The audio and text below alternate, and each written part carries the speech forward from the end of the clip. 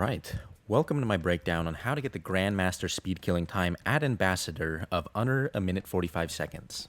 I'm going to break down the rotation ability by ability, slowing down the clips if need be, and then I'll play the full speed kill with light commentary at the end. Just before we start, I think this is one of the easier Grandmaster times, just in terms of how much leeway you really have during the second half. You'll see in my kill, my first half is pretty strong and nothing really to make fun of, but in the second half, it all goes awry.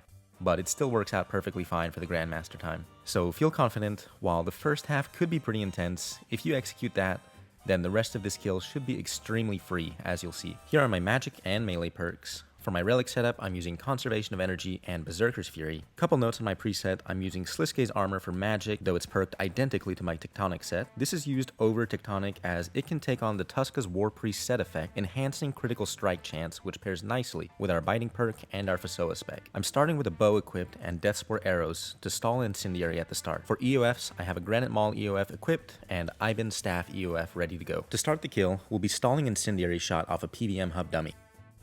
Enter the dungeon, and then use Darkness or Lord of Bones to maintain your stall. Teleport to the Ambassador and place your dummy. When you're ready, release your Incendiary shot by pressing any magic auto attack button.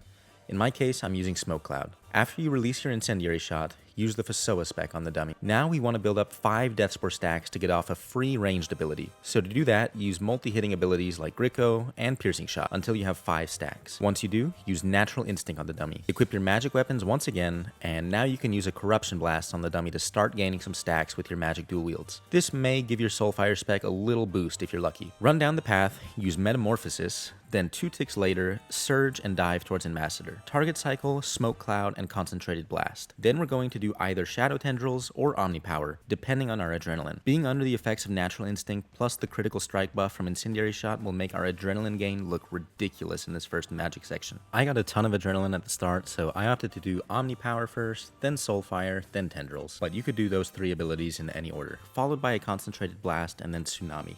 Using that Tsunami will refresh our critical strike buff for our melee section coming up. Equip your melee gear now and use Berserk, followed by Divert and Adrenaline Potion. We're going to be setting up our spinner skip now, so ideally we want to get Ambassador as close to about 660,000 HP as we can without going over that. So I'm going to barge, walk a little bit out of range, and cast Assault to stall it while clicking under my feet. Walk back in range and release my assault with Chaos Roar, at which point I'll walk back out of range once again. This also has the added benefit of dropping my smoke in a reasonably favorable location. While I'm out of range this time, I'll cast Overpower and click under my feet to stall that, and now here's where the skip is going to happen. This isn't some kind of world record rotation I'm going to do, so I'm actually going to do something a little bit extra that isn't really necessary, but just guarantees that I'll get the skip. Like I said at the start, it's really this first part up through the skip that really matters for the Grandmaster time. Once you're in the second half, you can really just BS your way through the kill and you should be just fine. So now that I've stalled Overpower, I'll click on Ambassador to release it, and I'll release it with my Leng Sword special attack, and as many Granite Maul specials as my adrenaline will allow. G-Maul doesn't take up a global cooldown, and you could theoretically spam like 100 of them in one tick if you had infinite adrenaline and you could press that fast. This will eat up almost all of our adrenaline, but getting the skip is the most important thing for this Grandmaster time, at least in its current state. If they ever lowered the time from a minute 45, we'd have to do something a little more graceful and more calculated, but just make it easy on yourself and spam that G-Maul. Now that you've got the skip, you can easily BS your way through the Grandmaster time. You can tell from my footage, I started to get nervous and started playing really poorly here, but I'll still walk you through what my goals should have been. After the skip, you'd want to finish off your Berserk duration with strong abilities like Hurricane or Destroy, Sever, Decimate, or maybe even a Dragon Claws if you had great adrenaline refunds from crits. After your Zerk ends, you'd want to switch to magic and build to use another Sunshine, Tsunami, and Fasoa spec to finish off the boss.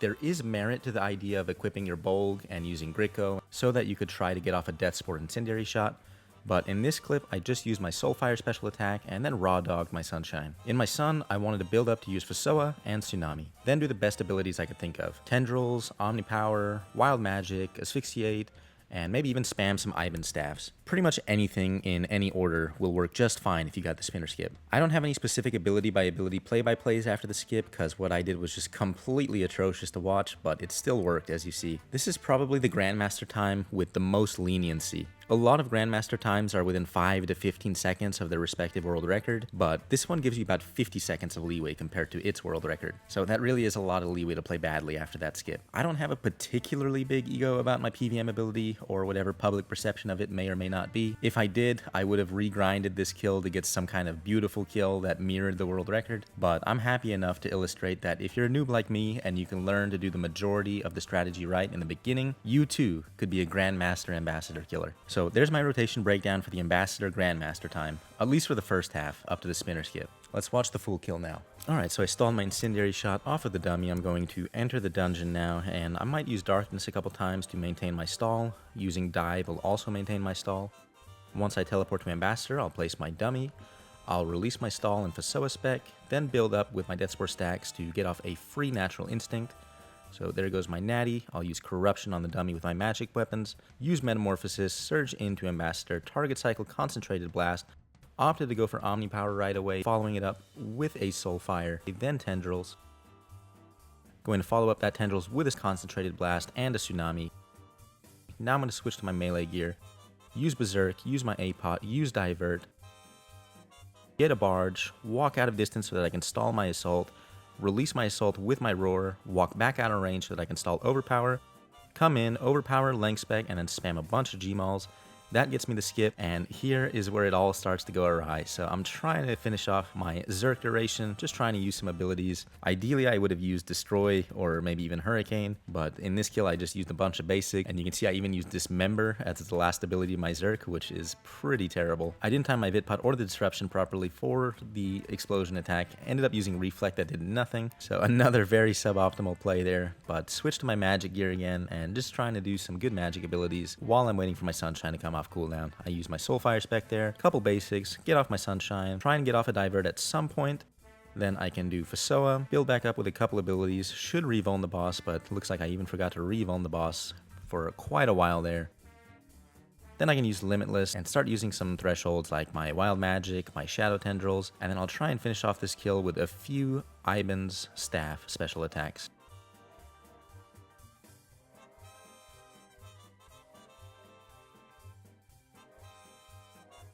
So you can see that big 26k hit was a nice Iban's. Probably could have done a couple Iban's back to back, but there you go. There is the Ambassador in under a minute 45. Got myself a minute 33, big personal record for myself, but most importantly, I got the Grandmaster speed time that I was looking for. Again, not a very beautiful kill, but there is a lot of leeway with this particular Grandmaster task. If they ever lower the time in the future, I'll have to revisit it and try and do something more precise. But in the current state, this works just fine. So there you have it. There's my full rotation breakdown for the Ambassador Grand-Master speed kill in under a minute 45. If it was helpful or interesting, be sure to subscribe, as I'll be making videos like this for every single boss's master and Grandmaster speed time. Share it with a friend and leave me a comment. Thanks for watching, and see you next time.